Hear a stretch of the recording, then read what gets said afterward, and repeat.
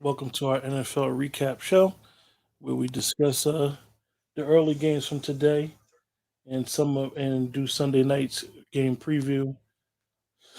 Well, I will say that the theme that I will say right now, Dwayne, going that I got from week one is specifically one thing. Professional players still need preseason. Yeah, but I didn't know you was going live with this game still going on, so you got to Yeah, explain. we usually This do is it like this that. We both nah, watching it, so this is crunch time, bro. So I hear what you're saying, but when you got a you know, game like this, man, Red Zone has taken over all the stations because the Giant Titans game is down to the wire. Dable went for two after scoring a touchdown, yo, which was he big. keeps moving, yo. Tyler Lewan is just doing all types of stuff, and you could see that a lot of these games, regardless of the score, these games are very sloppy. Yeah, yeah. A lot of the games, but folks, we here. We're gonna discuss these games for real quick.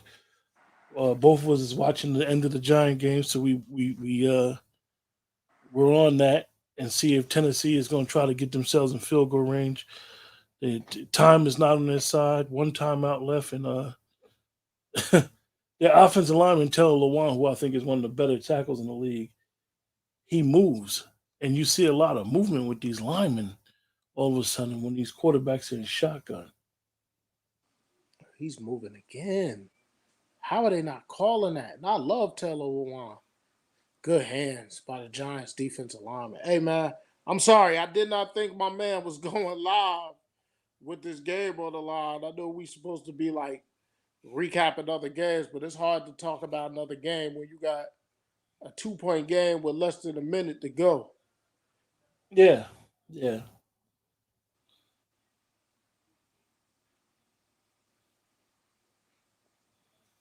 Mm. I mean, this ain't good viewing because we silent, but Yeah, just we'll be there. We'll be there. Big yo, big down coming dude up. keep moving, yo. He keeps moving. And they got him for a hole there, I think. They taking a lot of time. I think that's holding on Tennessee though. Oh no, they got it on the Giants again. But they need a little Wow. bit. They need another 10 yards for a field goal attempt. Wow. Wow, big call on the Giants. Real big call, real big call. Wow. Uh, they only need 10 yards. They only need 10 yards for a field goal attempt. They still got one timeout. That's big when you got this much. And they get about 10 more yards. They don't even got to throw to the sideline. And Giants just helped them out too by taking the timeout. I guess to get themselves set. Yeah, one of the things that they got to be careful. They got to be careful is playing for the field goal instead of playing like it's not. They need to get within range. Nah, man, you play for the field goal. No, You I'm have to. saying I'm No way. saying a lot of times teams that get the yardage for the field goal that they want, and then just waste a play or two.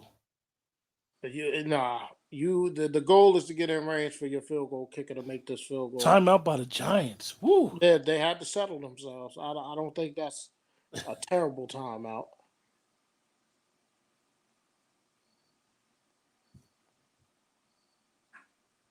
Yeah, again, man, we'll be with it. But I all of a sudden I was talking to my man behind the scenes, and then I saw the countdown for us to go live. So Well, I wanted to get right to it. My bad, Dwayne, for not giving you a warning of what was going on, and because I know we're not going to be on for no hour discussing these games. wide open ball game. Wow. Now, do they take shots? I don't know. Now, what you said comes into play. I That don't know if that they take shots or if they just settle for the chip shot field goal now, but that is it a big time throw. And this is a rookie wide receiver just and that's beating always tricky for me, Darnay Dwayne, Holmes as a drum. because do you run the ball in the line of scrimmage to try to center the ball in the middle of the field? Like these, or do you take a knee? That's Nah, always tricky. you send her the ball. You send her the ball, but they're about to get a delay of game. See what I'm saying? It's always tricky They when it had to comes. waste the timeout. They got to kick the field goal now. That was terrible. That was terrible. You got to kick the field goal now. So now, if it's a muff snap, they have no timeouts. If they land on the ball, I ain't worried about a muff snap. I'm just worried about them celebrating so much that they let the play clock go down. That's terrible end game by a pretty veteran coaching staff.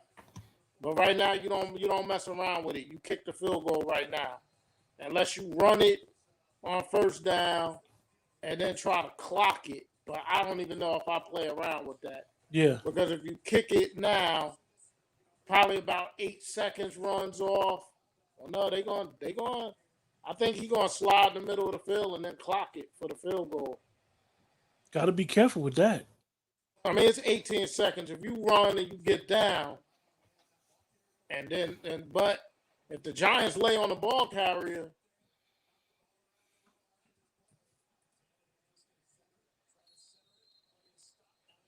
hurry up.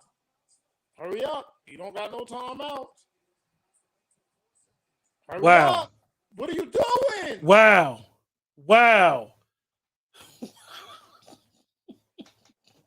Like, that was very dangerous. Well, man. see, that's what I mean. And these teams don't. Nah, the problem. No.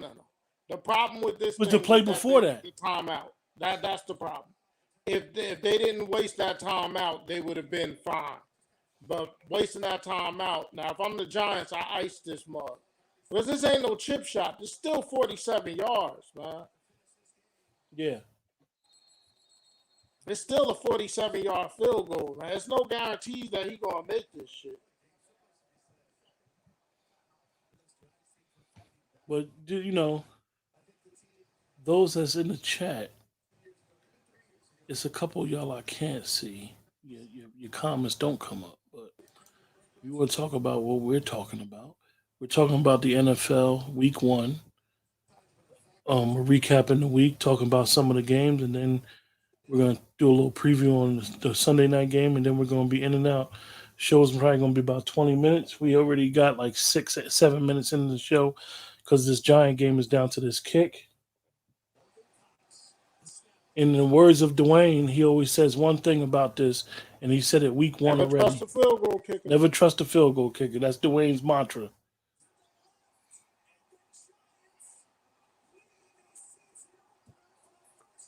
That's a big win for the Giants, though.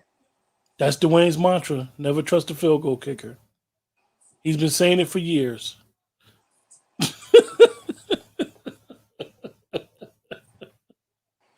Well, Dwayne, it's been some interesting stuff all week. We could just run through these games. Saints won. Chicago won. Steelers won. Eagles won. Miami won. Ravens won. Commanders won. The Browns won. The Colts in Houston ended in a tie. The Giants won. Minnesota's going to win. And the Chiefs is about to win. Well, they won, basically. Yeah, man. What we don't have to go into all the games, but what would be your theme of what you've seen today?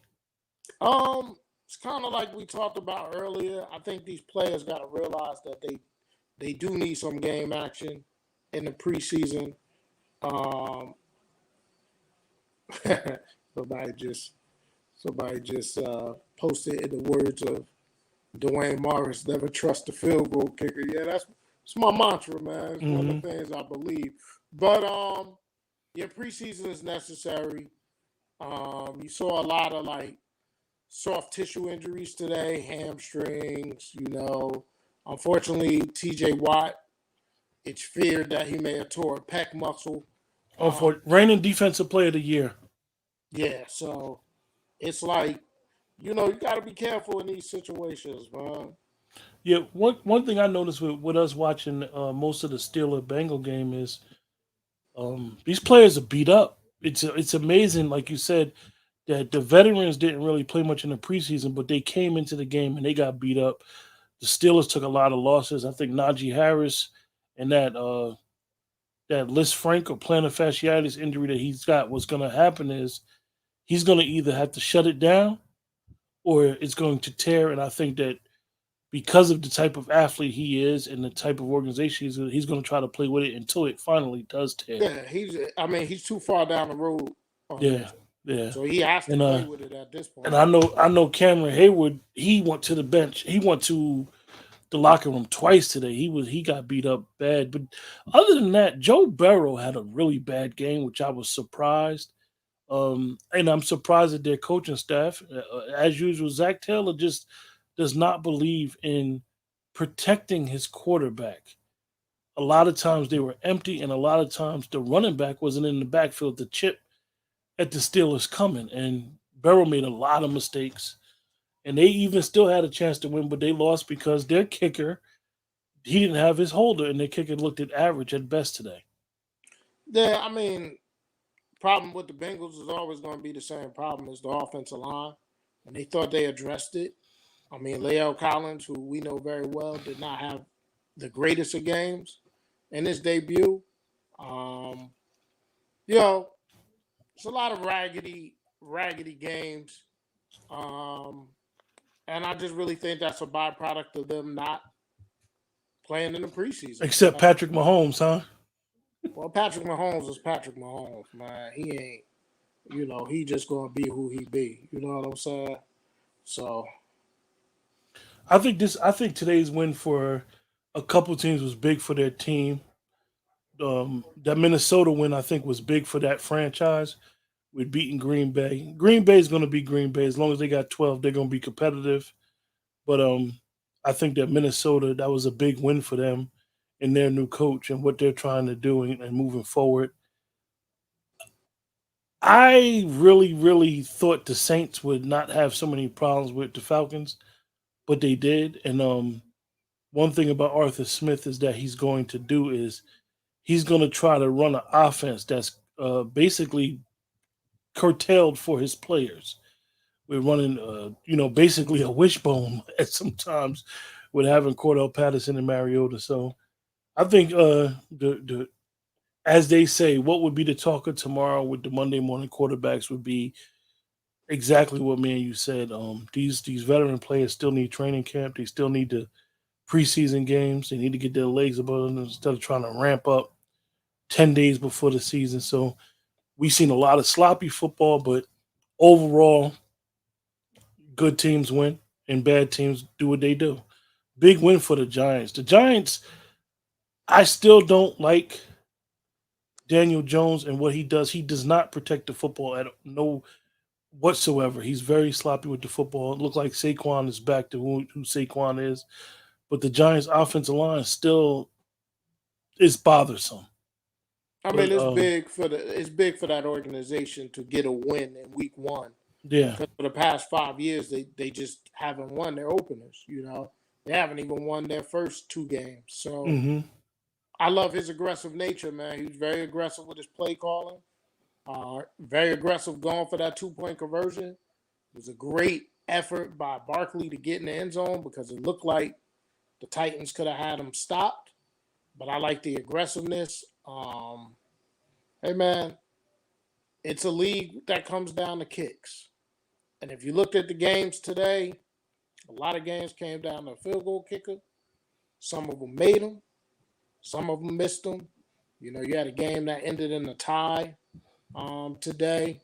One of the games I was really strong on the Falcons. I said it this earlier today. I thought they could win this game. They had every opportunity to win it. They didn't get it done. A lot of penalties today, a lot of missed tackles, a lot of broken coverages. And again, I just think going forward in this present NFL, these first games of the first 2 weeks are going to be choppy, man, because they just don't play in the preseason. There's only 3 preseason games, and it's not a lot of starters that play in them. But did you ever find out who's covering Justin Jefferson? Didn't find that out, and I don't think the Vikings figured that out. But I'll tell you what, I mean, not the Vikings. I don't think the Packers figured it out. But I'll tell you what the Packers have to figure out is how to protect Aaron Rodgers. Because if today is any indication, it could be a season of him taking a lot of blows, man. He was really, really getting hit today, man. Baker Mayfield, yeah, he's Baker Mayfield, man. Some good plays, some bad plays.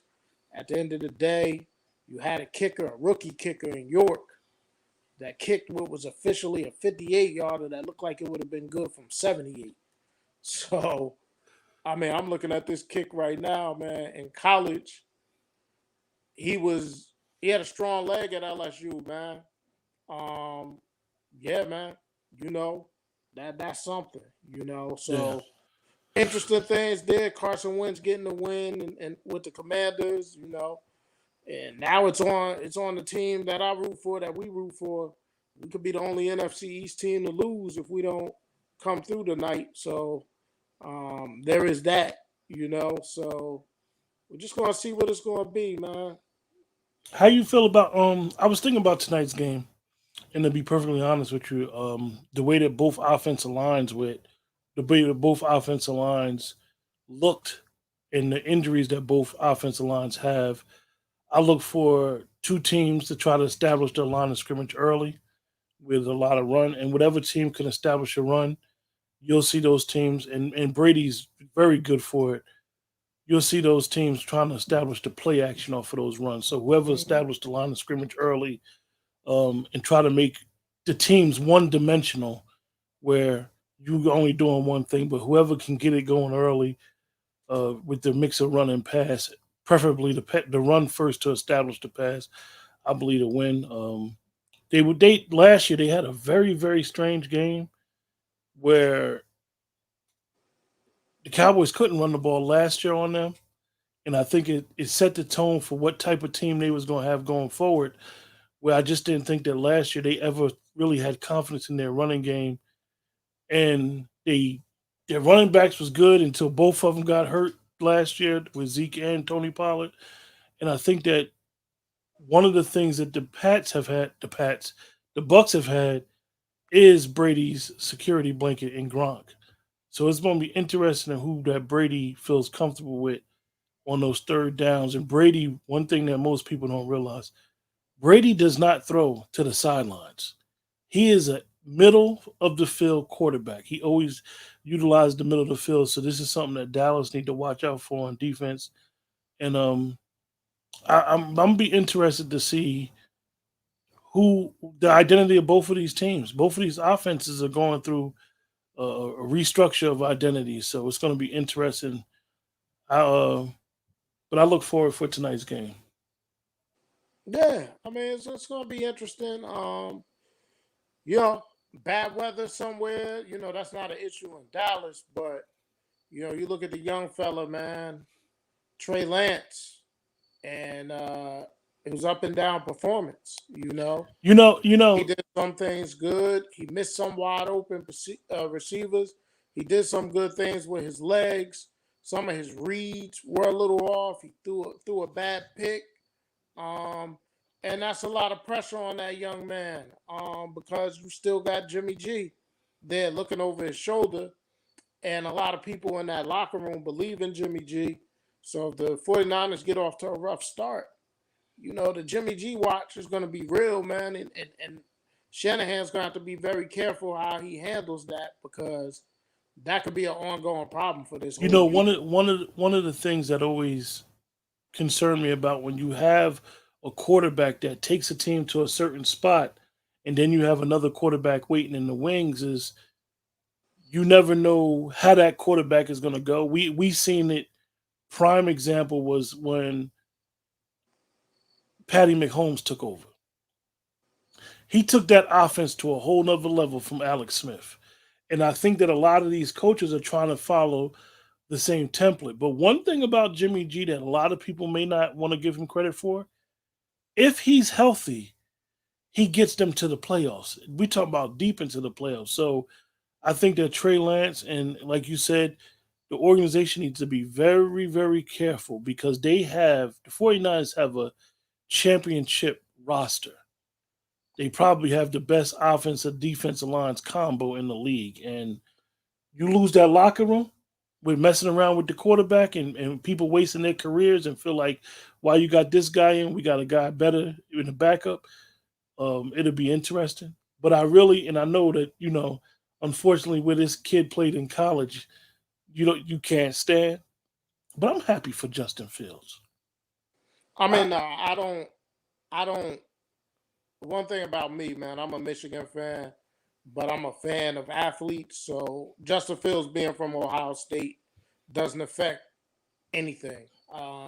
He's a very good quarterback in college. Started at Georgia, transferred to Ohio State, had a very good career at Ohio State, and once they get to the NFL, man, I root for them. I root for a lot of players in the NFL. I just don't root when they play against my team, but I want to see a lot of these players perform. There was some interesting plays, man. Like everybody's on the Eagles.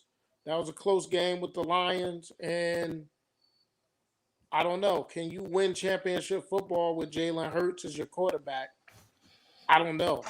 I Well, don't know. Dwayne, one thing, and to not take away from what you're saying about Jalen Hurts, but what concerns me is, yes, we understand that most of these quarterbacks is coming straight out of 7-7ville, 7-on-7ville. But what bothers me, and it bothers me from the aspect of how valuable your quarterback is. A lot of these quarterbacks take a lot of hits, and a lot of them be in these RPO situations. Some of them still don't know how to slide. And you mentioned it numerous times a day. The NFL needs to look at that grounding call, because these quarterbacks, because they're the quarterback, they're just throwing the ball to the ground when they're in RPO and that end don't bite and that end is about to hit them. They just throw the ball away, or they may take a hit. So I just think that a lot of these quarterbacks, they're not going to make it past week 3. A lot of these quarterbacks is getting hit, and they getting hit hard. But Yeah, I mean, that's just the league. They're going to protect these quarterbacks. They're doing everything in their power with these new grounding rules. So, um, quarterbacks is the league, man. So, it is what it is. And we're going to see what it is, man. It's an offensive league. They don't let defenders do a lot of things in this league, man. yeah, So, they're gonna try to protect the quarterbacks. It's gonna be real interesting, man. There's a lot of interesting storylines to follow. Um, like I said, you got Dable, and Giant fans are loving him right now, as they should, with his aggressiveness.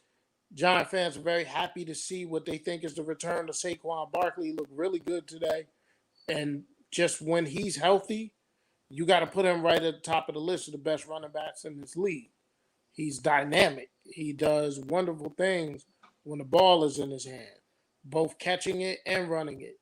Um, Good and bad, like I said, good and bad quarterback play, man. Like Patrick Mahomes is who he is, but you yeah. got a lot of quarterbacks that got a lot to prove this year. Dak Prescott, Baker Mayfield, Daniel Jones, um, Trevor Lawrence with a new coach in Jacksonville, David Mills in Houston. What is Mac Jones going to be in New England? And now he a little banged up after week 1. So it's going to be very interesting. Like for me as a Cowboy fan, man, it's going to be interesting to see if Dak Prescott's ankle holds up. We got a rookie left tackle. You know what I mean? How is that going to go? Um, Number 11 for the Cowboys, great player. Is he going to be reading these press clippings, or is he going to be the same Michael Parsons? What's Trayvon Diggs going to do? I got the jersey on because I love him, but what he going to do? So there's a lot of question marks in this league. For me, everybody's making it like clear cut that Buffalo's just going to win it all. I don't know, man. I'm I'm I I'm gonna think say this, it's wide Dwayne. open. I'm gonna say this about with Buffalo and what I've seen so far. Whatever one of these teams could get their offensive line together the quickest, will be all right. Because the Chargers are loaded, and it's going to be interesting out Yeah, west. the Chargers are But they loaded, got a coach. They but got a coach who could just destroy what they're they doing. got a bonehead coach. who once again on the day defies logic when you're up 10-3 late in the first half, deep in the other team's territory. You kick the field goal and go up 10. Like, this guy continues to go for these fourth down plays. Does he not hear what we all hear as far as Sean Payton would give up his right arm? Let me tell you something, man. Everybody thinks Sean Payton to Dallas. If it comes down between a decision for Dallas or San Diego for Sean Payton, the decision is easy. You got to go to San Diego. And I'm a Dallas Cowboy fan, and I'm saying that. You got to go to San Diego, man. Any final thoughts, Wayne? Hey, man, it's week 1. You know, everybody that's 1-0 think they're going to the Super Bowl. Everybody that's 0-1 think their coach should be fired. But you just got to let it play out, man. Hey, the GOAT, the greatest of all time, the Michigan man, Tom Brady, is back for season 23, man. That's big. Todd Bowles getting another opportunity to be a head coach. Tampa Bay, man, I think people are underrating Tampa Bay's receiving core. Very good receiving core. If Godwin's playing tonight, you got Jones, you got Godwin, you got Julio Jones. People forget that Julio Jones is now a Tampa Bay Buccaneer. But what is going to be interesting tonight is if the Dallas Cowboys defensive front can get pressure on Brady, because the Tampa Bay offensive line is all banged up. But in the same regard, what is the Cowboys offensive line going to do against that Tampa Bay front, which is very difficult to deal with? Tampa Bay is the favorite to win it. Hey, it's week 1, a new season. Hope springs eternal. And just hope for a good game, man. I hope the Cowboys do what they got to do. Keep Dak Prescott healthy, man. With that, we'll see you guys next Sunday for our morning show, our review show of week 2. Have a good week, and we'll see you guys next week.